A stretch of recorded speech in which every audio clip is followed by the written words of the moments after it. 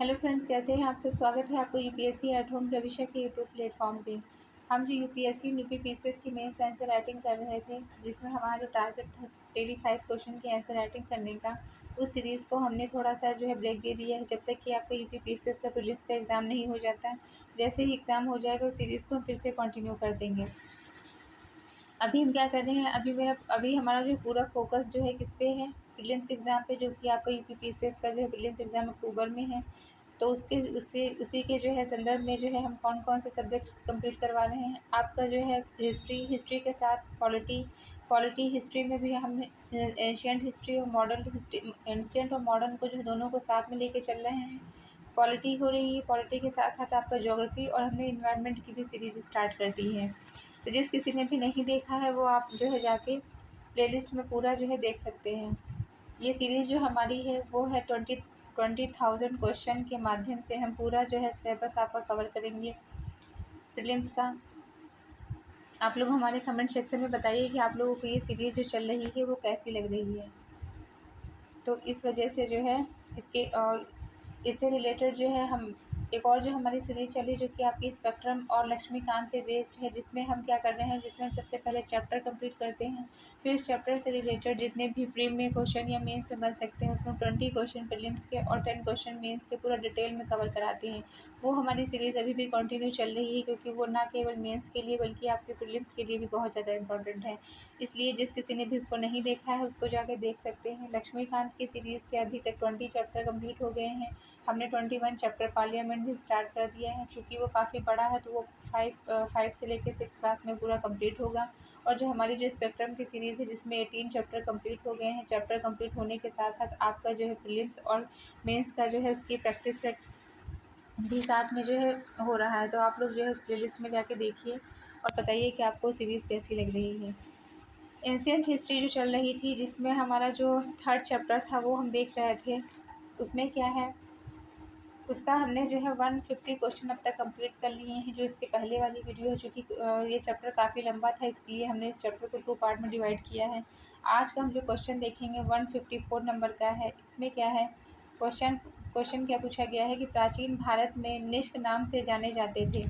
प्राचीन भारत में जो है निष्क जो था वो निष्क निष्क जो है किस नाम से जाने जाते थे, या जो है क्या थे। निष्क जो है स्वर्ण आभूषण को क्या कहते थे, निष्क कहा जाता था। सिक्कों के नियमित प्रचलन से पूर्व वैदिक काल से ही निष्क गले में पहनने वाला एक सोने का आभूषण होता था। कालांतर में यह व्यापारिक लेन देन में प्रयुक्त होने लगा। मौर्य युग तक आते आते व्यापार व्यवसाय में नियमित सिक्कों का प्रचलन हो चुका था। सिक्के सोने, चांदी और तांबे के बने होते थे। इन सिक्कों को निष्क और सुवर्ण कहा जाता था। चांदी के सिक्के को काकर्षण या धरण कहा जाता था। तांबे के सिक्के को माशक कहते थे। अब इसमें आप याद कर सकते हैं कि चांदी के सिक्के को क्या कहते थे। चांदी के सिक्के को जो है काकर्षण कहते थे। ये भी आपका क्वेश्चन बन सकता है। आकर्षण या धरण के रूप में जाने जाते थे। और जो तांबे के सिक्के थे उसको हम क्या कहते थे, माशक कहते थे।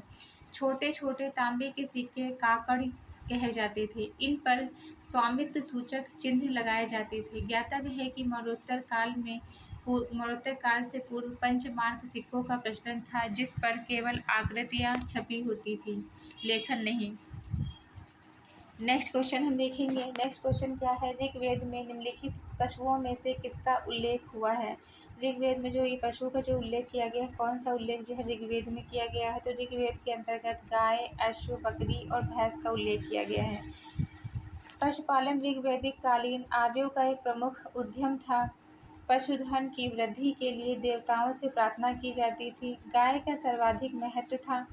वैदिक काल में गाय को मूल्यवान संपत्ति समझा जाता था। उसे अघन्य माना जाता था। गाय को किस रूप में मानते थे, गाय को हम अघन्य के रूप में जानते थे। उसकी गणना आर्थिक स्रोत में की जाती थी। गायों के लेन देन से वस्तुएं खरीदी जाती थी। दूध, मांस, खाल के लिए भैंस भी पालतू पशु थी। ऋग्वेद में भैंस को ग्वाल कहा जाता था। भेड़ और बकरी से भी आर्य लोग परिचित थे। घोड़ा आर्यों का परम उपयोगी पशु था, जो उनके युद्ध के काम में आता था। घोड़ा दान दक्षिणा में भी दिया जाता था।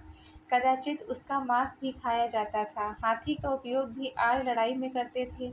गाड़ी और रथ खींचने के लिए घोड़ा, ऊंट के साथ बैलों का भी व्यवहार होता था। पालतू पशुओं में कुत्ता, सुअर, गधा, हिरण भी प्रमुख थे। नेक्स्ट हम देखेंगे कौशेय शब्द का प्रयोग किया गया है। कौशेय शब्द का प्रयोग किस लिए किया गया है? यह रेशम के लिए रेशम के लिए प्रयुक्त किया गया है। किसका? कौशेय शब्द का प्रयोग।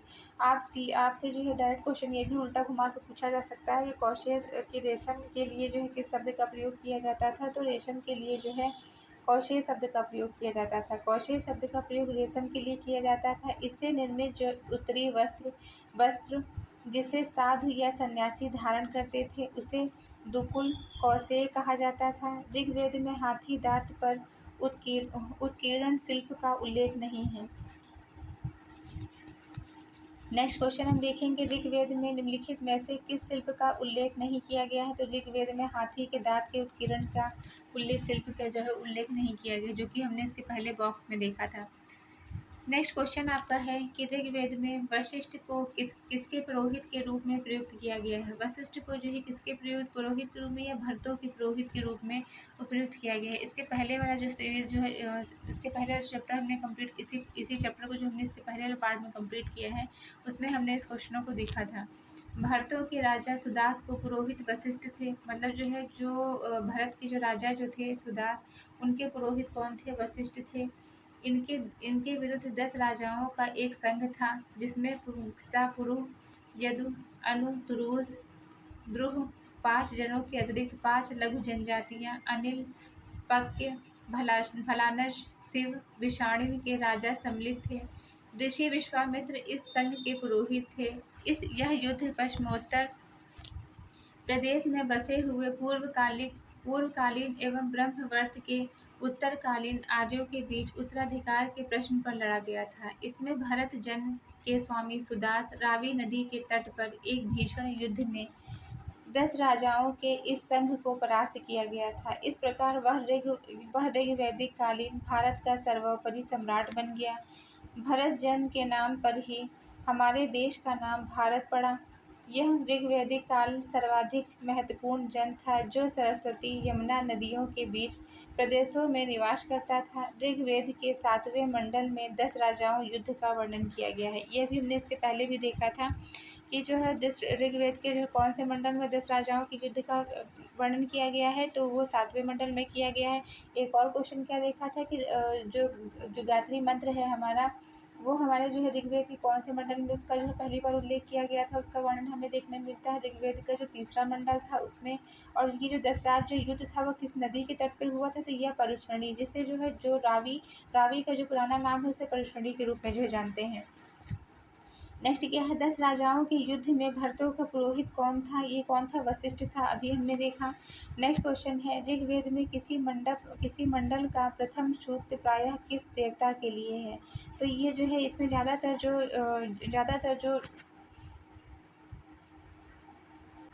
जो मंत्र जो इसमें लिखे गए हैं वो किससे संबंधित है? वो अग्नि देवता से संबंधित हैं। ऋग्वेद में सभी मंडलों के प्रारंभिक सूक्त प्रायः अग्नि देवता को समर्पित किए गए हैं क्योंकि अग्निदेव को मनुष्यों और देवताओं के मध्यस्थ की भूमिका के रूप में स्वीकार किया गया था। इसलिए प्रत्येक मंडल की शुरुआत अग्नि देवता की श्रुति से होती है, जिससे मनुष्यों के द्वारा की जाने वाली प्रार्थनाएं देवताओं द्वारा मतलब जो मनुष्यों के द्वारा जो है की जाने वाली प्रार्थनाएं हैं वो देवताओं तक पहुँच जाएं। ऋग्वैदिक धर्म मुख्यतः बहुदेववादी था। इसमें इंद्र, मित्र, वरुण, अग्नि आदि की पूजा होती थी। सौत्रमणि यज्ञ में मुख्यतः पशु और सुरा की आहुति दी जाती थी। नेक्स्ट क्या है? ऋग्वैदिक धर्म था, यह क्या था? यह बहुदेववादी था। नेक्स्ट हम देखेंगे सुरा की आहुति का संबंध किससे है? तो सुरा की आहुति का संबंध जो है सौत्रमणि से है। यज्ञीय कर्मकांड का निरीक्षण निम्नलिखित में से किस पुरोहित का कार्य था? यज्ञीय कर्मकांड का निरीक्षण करना जो है कौन से पुरोहित का कार्य था? यह ब्रह्म पुरोहित का काम था। इसके पहले हमने क्या देखा था कि ऋग्वेद में जो है ऋग्वेद के जो पुरोहित थे उनको किस रूप में जाना जाता था? तो इनको जो है पुरोहित के रूप में जानते थे। वैदिक साहित्य के अंतर्गत जो है 4 वेद का वर्णन किया गया है, ऋक्, साम, यजुर, अथर्ववेद। इसके ज्ञाता पुरोहित को भी अलग अलग संज्ञा दी गई है। ऋग्वेद के पुरोहित को होत, सामवेद के ज्ञाता को पुरोहित को जो है उद्गाता, यजुर्वेद के पुरोहित को अथर्व और अथर्ववेद के पुरोहित को ब्रह्मा कहा जाता है।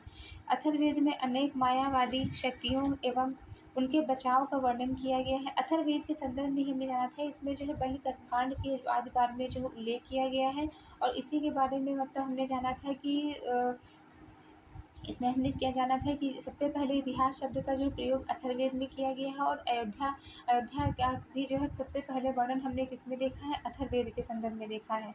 और अथर्ववेद का जो ब्राह्मण था वो कौन था, गोपद था। और उसके पहले हमने क्या देखा था, ऋग्वेद के ब्राह्मण को हम क्या बोलते थे, ऐत्रेय और कौशितकी।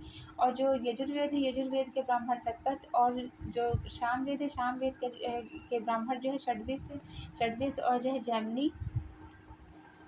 ये किससे जो है संबंधित है, सामवेद के ब्राह्मण थे। इसमें क्या है कि यह यज्ञ संपादन का निरीक्षण अथर्ववेद का पुरोहित ब्रह्मा ही करता था, ताकि किसी प्रकार की मायावी शक्तियाँ यज्ञ में व्यवधान उत्पन्न न कर सकें। तो ये हमने क्या देखा, पहला हमने जो है इसमें देखा है कि जो यजुर्वेद है, यजुर्वेद के जो उद्गाता थे, पुरोहित थे, उनको हम क्या कहते थे, उनको हम क्रोध के रूप में जानते थे। और जो सामवेद थे, सामवेद के जो पुरोहित थे, इनको हम क्या जानते, इसको हम उद्गाता कहते थे। और जो अथर्ववेद था, अथर्ववेद के पुरोहित को हम क्या बोलते थे, अथर्ववेद के पुरोहित को हम ब्रह्मा कहते थे। और जो यजुर्वेद के पुरोहित को क्या कहते थे, अथर्व कहते थे। नेक्स्ट है अथर्व का अर्थ है, ये क्या है, यज्ञ करने वाला पुरोहित। किसके अंतर्गत, यजुर्वेद के अंतर्गत ये है। अभी हमने इसके पहले वाले उसमें जो है चार्ट में देखा, इसीलिए हम कहते हैं कि चार्ट को पढ़ना बहुत ज़्यादा ज़रूरी है, क्योंकि बॉक्सेस अगर पढ़ेंगे तो इसी से जो है बहुत सारे क्वेश्चन इससे जो है सॉल्व हो जाते हैं। नेक्स्ट क्या है, निम्नलिखित में से जो किस नदी को ऋग्वेद में माते तमा, देवी तमा, नदी तमा संबोधित किया गया है, कौन सी नदी है। तो यह जो है संबोधन किसके संदर्भ में किया गया है, यह किया गया है सरस्वती के संबंध में। माते तमा, देवी तमा और जो है नदी तमा के जो है बारे में जो उल्लेख किया गया है। फिर नेक्स्ट क्या है, इसको हम देखेंगे, इसका बॉक्स क्या है। आर्यों का आरंभिक विस्तार हिमालयी क्षेत्रों के उत्तर भाग में हुआ है, जिसे ब्रह्मवर्त कहा जाता है। ऋग्वेदिक काल की सर्वाधिक पवित्र नदी कौन थी, सरस्वती थी। ऋग्वेद में आप जो है आपको लगाना होगा, तो आप क्या लगाएंगे, आपको अगर आपने पढ़ा नहीं है ठीक से तो आप डायरेक्ट जो है यहाँ पे गंगा का जो है वर्णन करेंगे, किंतु जो है गंगा नहीं, सरस्वती थी। ऋग्वेद में जो है सरस्वती नदी को नदी तमा, देवी तमा, माते तमा आदि नामों से संबोधित किया गया है। जबकि ऋग्वेद काल की सर्वाधिक महत्वपूर्ण नदी कौन सी थी, सिंधु थी, जिसका वर्णन सर्वाधिक बार किया गया है। ऋग्वेद में नदियों की संख्या 25 बताई गई है। ऋग्वेद में नदियों की संख्या कितनी थी, 25 बताई गई है। और ऋग्वेद में गंगा का उल्लेख एक बार किया गया है। नेक्स्ट हम देखेंगे, आरंभिक वैदिक साहित्य में सर्वाधिक वर्णित नदी कौन सी थी, सिंधु थी, अभी हमने देखा। नेक्स्ट क्वेश्चन हमारा क्या है, निम्नलिखित वैदिक देवताओं में किसे उनका पुरोहित माना जाता था। बृहस्पति को। निम्नलिखित वैदिक देवताओं में किसे उनका पुरोहित माना जाता था, बृहस्पति को। इसके पहले हमने क्या देखा, ऋग्वेद के जो पुरोहित थे उनको हम होत कहते थे, अथर्ववेद के पुरोहित को अथर्व कहते थे, सामवेद के पुरोहित को हम उद्गाता कहते थे। और जो सामवेद की मतलब उद्गाता कहते थे, यजुर्वेद के पुरोहित को अथर्व कहते थे। और जो अथर्ववेद थे, अथर्ववेद के पुरोहित को हम क्या कहते थे, ब्रह्मा कहते थे। ऐसे ही हमने इनके ब्राह्मणों की बात की। इसके अंतर्गत जो ऋग्वेद के ब्राह्मण जो है ऐत्रेय कौशितकी, सामवेद के ब्राह्मण जो है कौन थे, सामवेद के ब्राह्मण के अंतर्गत षड्विश और जो है पंचविश जैमिनी शामिल है। और जो आपका जो है यजुर्वेद है, यजुर्वेद के ब्राह्मण जो है कौन थे, शतपथ थे। और लास्ट में जो है कौन सा आता है, लास्ट में आपका आता है अथर्ववेद, अथर्ववेद के ब्राह्मण जो है कौन थे, गोपद। ये सारा हमने इसके पहले वाले चैप्टर इसी चैप्टर के फर्स्ट पार्ट में कंप्लीट किया। जिस किसी ने नहीं देखा है उसको जाके देख सकते हैं। वैदिक देवताओं में बृहस्पति को पुरोहित माना जाता था। इंद्र को आंधी, तूफान, बिजली, वर्षा, युद्धों में विजय दिलाने वाला पराक्रमी देव माना जाता था। ध्वज देवता आकाश से संबंधित है। वरुण में नैतिक व्यवस्था ऋतु के निरीक्षणकर्ता के रूप में माना जाता था। सर्वाधिक ऋग्वेदिक सूत्र 250 इंद्र को समर्पित है। इस काल में पूषण भी महत्वपूर्ण देवता थे, जिनका रथ बकरे खींचते थे। नेक्स्ट हम देखेंगे, नेक्स्ट क्वेश्चन है, नैतिक व्यवस्था रथ के निरीक्षणकर्ता के रूप में किस वैदिक देवता का वर्णन किया गया। अभी हमने इसके पहले देखा किसका वर्णन किया गया, वरुण का वर्णन किया गया है। तो इसलिए आपको पता चल रहा होगा कि ये जो है, ये बॉक्सेस जो है इसको पढ़ना बहुत ज़्यादा ज़रूरी है।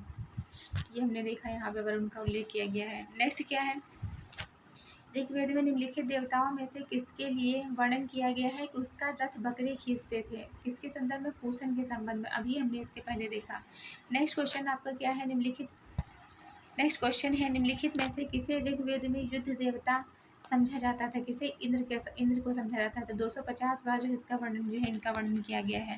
नेक्स्ट क्या है? निम्नलिखित में से जो है कौन सा वैदिक देवता बोगज कोई अभिलेख से संबंध में उल्लेखित किया गया है? इंद्र, मित्र, नासत्य और वरुण का। इंद्र, मित्र, नासत्य और वरुण का उल्लेख बोगाज कोई अभिलेख में किया गया है। एशिया माइनर बोगाज कोई के जो है बोगाज कोई नामक स्थान पे 1400 ईस्वी ईसा पूर्व से जो है अभिलेख मिले हैं। इस अभिलेख में वैदिक देवता इंद्र, मित्र, नासत्य, वरुण का उल्लेख किया गया है। अनेक विद्वानों ने एशिया के विभिन्न क्षेत्रों में आर्यों का मूल निवास स्थान स्वीकार किया। मैक्स मूलर महोदय ने आर्यों का आदि देश मध्य एशिया, रोड्स, बैक्ट्रिया और एडवर्ड मेयर पामीर को मानते हैं। नेक्स्ट हम देखेंगे ऋग्वैदिक काल में जनता निम्न में से मुख्यतः किसमें विश्वास करती थी? तो यह बलि और कर्मकांड में विश्वास करती थी। ऋग्वैदिक युग में बलि और यज्ञ बलि के रूप में जो है होती थी। मतलब ऋग्वैदिक युग में जो है बलि यज्ञ बलि के रूप में होती थी। इंद्र और अग्नि समस्त जन द्वारा दी गई बलि ग्रहण करने के लिए आहूत होते थे। साथ में श्रुति पाठ संवेद किया जाता था जिससे देवता प्रसन्न होकर उन्हें भौतिक सुख युद्ध में विजय प्रदान करते थे। ऋग्वेद में वंश मंडल प्रायः अग्नि के मंत्र से ही प्रारंभ होते थे। वैदिक देवता वरुण अवेस्ता के देवता अहुरमज्जा से सादृश्य रखते थे। रुद्र के एक महत्वपूर्ण देवता थे जिनके लिए सूल गव यज्ञ किया गया था। नेक्स्ट देखिए इसी से रिलेटेड क्वेश्चन पूछ लिया गया कि सूल गव जो यज्ञ किया गया था किसके लिए किया गया था? तो रुद्र के लिए किया गया था। निम्नलिखित में से वैदिक देवताओं में से कौन सा अवेस्ता के अहुरमज्जा से सादृश्य रखता था? तो कौन सा? वरुण। अभी हमने देखा इसके पहले। उच्छालक आरूढ़ प्रसिद्ध दार्शनिक थे। कहाँ के? जो कुरु और पंचाल के जो प्रसिद्ध दार्शनिक थे। ब्राह्मण श्वेत केतु के पिता उच्छालक आरूढ़ जो पंचाल के प्रसिद्ध दार्शनिक हुए, जो पंचांग विद्या के प्रवर्तक। क्षत्रिय पांचाल नरेश प्रवाहन जावाल के पास ज्ञान प्राप्त करने के उद्देश्य से गए थे। नेक्स्ट हम देखेंगे निम्नलिखित में से कौन सी बात ऋग्वेदिक स्त्रियों के संदर्भ में सही नहीं है? रजस्वला होने के पहले ही उनका विवाह हो जाता था। ऋग्वैदिक काल में स्त्रियों की जो दशा थी अन्य काल की अपेक्षा काफ़ी अच्छी थी। वे सभा और समिति के बारे में उल्लेख कहाँ किया गया है? ये इसका उल्लेख जो है आपके अथर्ववेद में किया गया है। सभा और समिति को प्रजापति की 2 पुत्रियों के रूप में वर्णन किया गया है। सभा समिति में भाग लेती थी। वयस्क होने पर ही उनका विवाह होता था। सती प्रथा, पर्दा प्रथा नहीं थी। नियोग प्रथा का प्रचलन था। वे यज्ञों में पति के साथ भाग ले सकती थी। नेक्स्ट क्या है? तो इससे क्या पता चलता है कि उस समय की जो स्त्रियों की जो कंडीशन थी वो काफ़ी बेहतर थी। वैदिक काल में ग्राम का मुखिया कौन होता था? तो ब्राह्मणी होता था। ऋग्वेद में पुरोहित, सेनानी, ग्रामणी इन 3 अधिकारियों का उल्लेख मिलता है। इसमें से पुरोहित राजा के साथ युद्ध भूमि में जाता था तथा वहां युद्ध में राजा के विजय के लिए प्रार्थना करता था। वह एक प्रकार से राजा का शिक्षक, पथ प्रदर्शक तथा मित्र था। सेनानी सबसे प्रमुख पदाधिकारी था। युद्ध के अवसर पर राजा के आदेशानुसार युद्ध में कार्य करता था। शांति काल में संभवतः सेनानी को नागरिक कार्यों को भी करना पड़ता था। ग्रामणी ग्राम का मुखिया तथा प्रशासनिक सैनिक कार्यों के लिए ग्राम का नेता होता था। वह ग्रामणी जनता के हितों का भी प्रतिनिधित्व करता था। नेक्स्ट क्वेश्चन हम देखेंगे वैदिक काल में अस्पृश्यता का आधार था। क्या था? व्यवसाय। ऋग्वैदिक समाज को जो है 4 वर्णों में विभक्त किया गया। ये है ब्राह्मण, क्षत्रिय, वैश्य और शूद्र। यह विभाजन व्यवसाय के आधार पर किया गया था। ऋग्वेद के 10वें मंडल के पुरुष सूक्त में 4 वर्णों का उल्लेख मिलता है। ये आपसे पूछा जा सकता है कि कौन से जो है मंडल में जो है पुरुष सूक्त के 4 वर्णों का उल्लेख मिलता है? तो 10वें मंडल में मिलता है। इसके पहले हमने क्या देखा? 3रे मंडल में गायत्री मंत्र का उल्लेख किया गया है। और आपका जो 7वां मंडल है, 7वें मंडल में किस चीज़ का उल्लेख किया गया है? 10 राष्ट्र युद्ध का वर्णन किया गया है 7वें मंडल में, जो कि परशुराम रावी नदी के तट पर जो लड़ा गया था। इसमें क्या है कि जो है 10वें मंडल में पुरुष सूक्त का वर्णन किया गया है, जिसमें जो है बताया गया है कि वर्ण जो है समाज जो है ऋग्वेद के अंतर्गत समाज को 4 वर्ण में विभक्त किया गया। ब्राह्मण, क्षत्रिय, वैश्य, शूद्र उनके जो है काम के उनके व्यवसाय विभाजन के आधार पर। भारत में दास प्रथा का प्रचलन पूर्व वैदिक काल में हुआ था। ऋग्वेद में दास व दशव्यों का वर्णन मिलता है। दूसरा क्वेश्चन इसी बॉक्स से रिलेटेड पूछा गया है कि दास प्रथा प्रचलन में थी कब, जो है पूर्व वैदिक काल में प्रचलन में थी। नेक्स्ट क्या है, भारतीय संस्कृति के अनुसार संस्कारों की संख्या कितनी है, तो यह 16 संस्कार का उल्लेख किया गया है। भारतीय संस्कृति के अनुसार जो है कितने प्रकार के संस्कारों का उल्लेख किया गया है, 16 जो है संस्कारों का उल्लेख किया गया है। नेक्स्ट हम देखेंगे निम्नलिखित में से किस विवाह प्रकार में कन्या के पिता द्वारा एक जोड़ी गाय गोमिथुन लेने की प्रथा थी, किसके, आर्ष के द्वारा। प्राचीन समय में निम्नलिखित ब्राह्मण परिवारों में से किस परिवार में समसामयिक शासकों को पराजित किया तथा उसका प्रभुत्व स्थापित किया, कौन सा है, भृगु। प्राचीन काल में जो है भृगुवंशी ब्राह्मण परिवार में समसामयिक शासकों को पराजित किया गया। पौराणिक मान्यता के अनुसार महर्षि भृगु के पौत्र ऋषि जो है जमदग्नि के पुत्र महर्षि परशुराम ने क्षत्रिय शासक सहस्त्रार्जुन को पराजित किया और पौराणिक मान्यताओं के अनुसार महर्षि परशुराम ने 21 बार पृथ्वी को क्षत्रिय विहीन कर समस्त भूमि ब्राह्मणों को दान में दे दी। नेक्स्ट क्या है, नेक्स्ट क्वेश्चन है ऋग्वेद में निम्नलिखित में से किन नदियों का उल्लेख अफगानिस्तान के साथ आर्यों के संबंध का सूचक है, कुबा और क्रमु। ऋग्वेद काल में कुबा और क्रम नदियां अफगानिस्तान में बहती हैं, जो सिंधु की पश्चिमी सहायक नदियां में से एक है। क्रम आज कुर्रम के नाम से जानी जाती है। यह सुलेमान श्रेणी से निकलकर इस खेद के दक्षिण में सिंध नदी से मिलती है, जबकि कुबा अटक से थोड़ा ऊपर सिंधु में गिरती है। अश्कनी, चिनाब, परशुणी, रावी, विपाशा को व्यास, सतुदी सतलज नदियां हैं जो पाकिस्तान एवं भारत के पंजाब प्रांत में बहती हैं। इनका अफगानिस्तान से संबंध नहीं है। सुवास्तु जो है नदी की पहचान काबुल की सहायक नदी कुनार से की गई है। आप यहाँ पे देख सकते हैं कि जो चिनाब है, चिनाब को जो पहले अस्कनी के नाम से जाना जाता था, रावी को परशुणी के नाम से, व्यास को विपाशा के नाम से, सतुदी को सतलज के नाम से जानते थे। ये सारे फैक्ट आपके बन सकते हैं। नेक्स्ट क्या है, उत्तर वैदिक काल में निम्नलिखित में से किसको आर्य संस्कृति की धुरी समझा जाता है। कुरु और पंचाल को आर्य संस्कृति की धुरी समझा जाता है। भारतीय इतिहास में उस काल को जिसमें सामवेद, अथर्ववेद, यजुर्वेद, ब्राह्मण ग्रंथों, अरण्य और उपनिषदों की रचना की गई है को उत्तर वैदिक काल कहा जाता है। उत्तर वैदिक काल का अंतिम दौर में 600 ईसा पूर्व के आसपास लोग कौशल, विदेह, अंग राज्य से परिचित थे।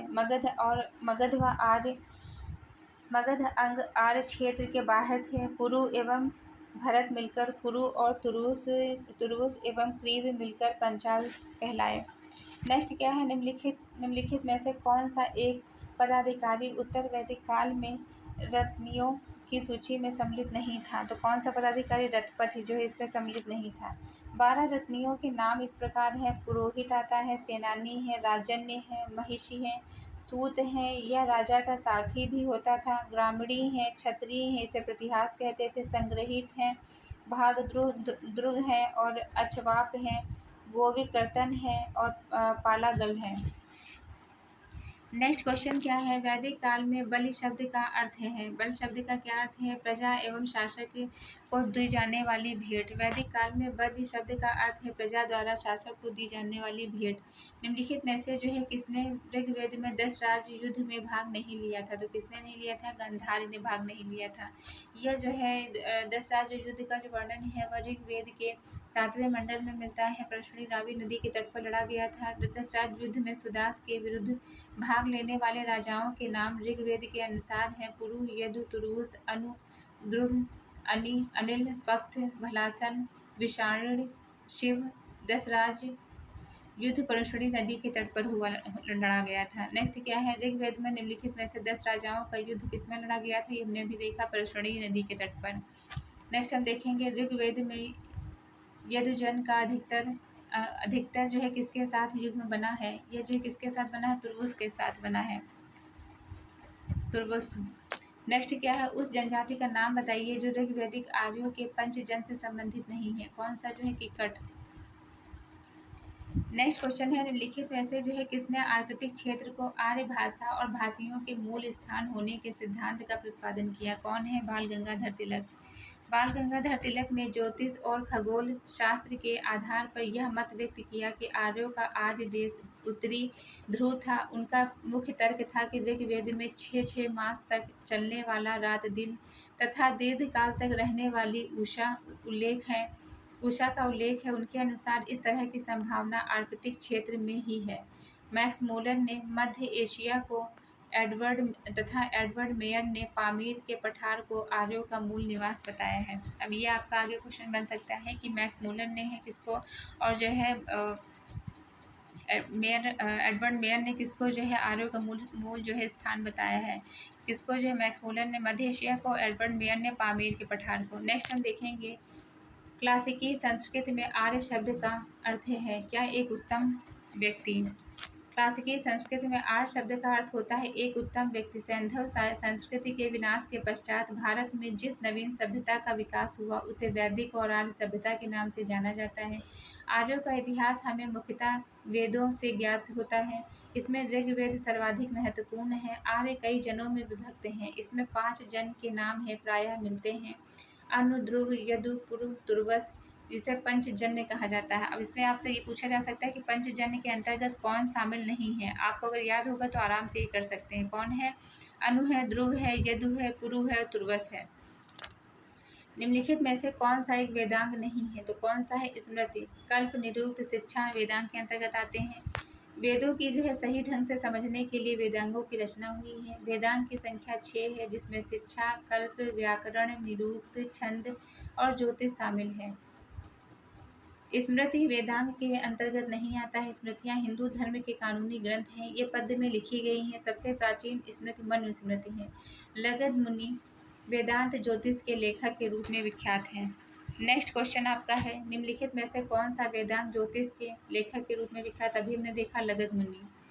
नेक्स्ट क्या है, निम्नलिखित ग्रंथों में से मुख्यतः किसमें यज्ञ वेदियों के निर्माण का विवरण मिलता है? किसमें? शूल सूत्र में। कल्पसूत्र के मुख्यतः 4 प्रकार होते हैं, शौध सूत्र, ग्रह सूत्र, धर्म सूत्र, शूल सूत्र। इनका वर्णन निम्न प्रकार से किया गया है। शौध सूत्र में तात्पर्य श्रुति और वेदों से संबंधित यज्ञ भाग है। वेदों में वर्णित यज्ञ भाग का क्रमबद्ध विवरण हमें श्रौत सूत्र में मिलता है।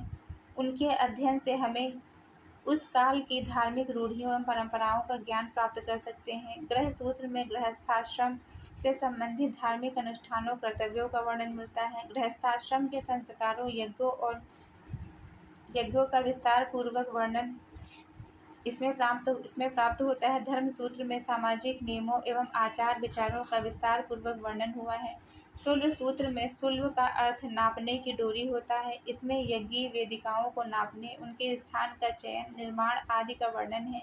यह आर्यों के ज्यामितीय ज्ञान के परिचायक होते हैं। सामान्यतः सूत्रों का समय ईसा पूर्व 600 से लेकर 300 ईसा पूर्व तक माना जाता है। नेक्स्ट है अवेस्ता। ऋग्वेद के समानता अवेस्ता किस क्षेत्र से संबंधित है? ये कहाँ संबंधित है? ईरान से। अवेस्ता और ऋग्वेद में काफ़ी समानता है। ऋग्वेद अवेस्ता ईरान क्षेत्र से संबंधित है, जबकि ऋग्वेद आर्यों से संबंधित भाषी ग्रंथ हैं। ऋग्वेद की अनेक बातें अवेस्ता से मिलती हैं। अवेस्ता ईरानी भाषा का प्राचीनतम ग्रंथ है। मनुस्मृति में सरस्वती और दृष्टद्युति नदियों के बीच प्रदेश को पुकारा जाता था ब्रह्मवर्त। धर्म सूत्र की जो है साहित्य के कालांतर में स्मृति साहित्य का विकास हुआ। स्मृतियों का निर्माण हिंदू धर्म के चरम विकास को सूचित करता है। ये प्राचीन भारतीय सभ्यता पर विस्तृत प्रकाश डालती हैं। स्मृतियों को धर्मशास्त्र की संज्ञा प्रदान की जाती है। भारतीय इतिहास में ईसा पूर्व 2वीं शताब्दी से लेकर मध्यकाल तक विभिन्न स्मृतियों का प्रणयन हुआ है।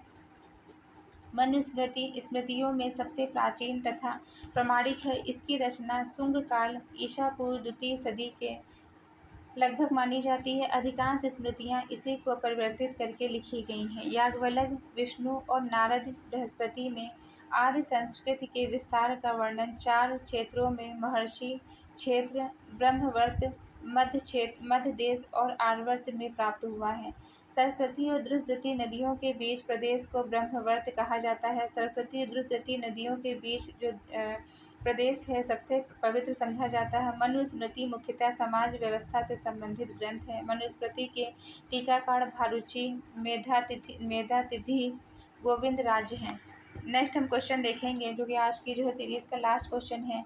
इसको हम देखेंगे, इसमें क्या पूछा गया है, भारोपी भाषा परिवार की प्राचीनतम भाषा कौन सी है। तो यह कौन सी है, संस्कृत है। भारोपी परिवार में संस्कृत ही एकमात्र भाषा है जिसका रूप इतिहास कम से कम 3500 वर्षों से अधिक का है। तो ये हमारा जो है चैप्टर कंप्लीट होता है जो कि हमने लिया था एंशिएंट हिस्ट्री से। आप लोगों को हमारी जो सीरीज़ चल रही है कैसी लग रही है हमारे कमेंट सेक्शन में ज़रूर बताइए। ऐसे ही पढ़ते रहिए, लाइफ में आगे बढ़ते रहिए, यूपीएससी एट होम प्रविष्या के साथ मेंस आंसर राइटिंग करते रहिए। Thank you.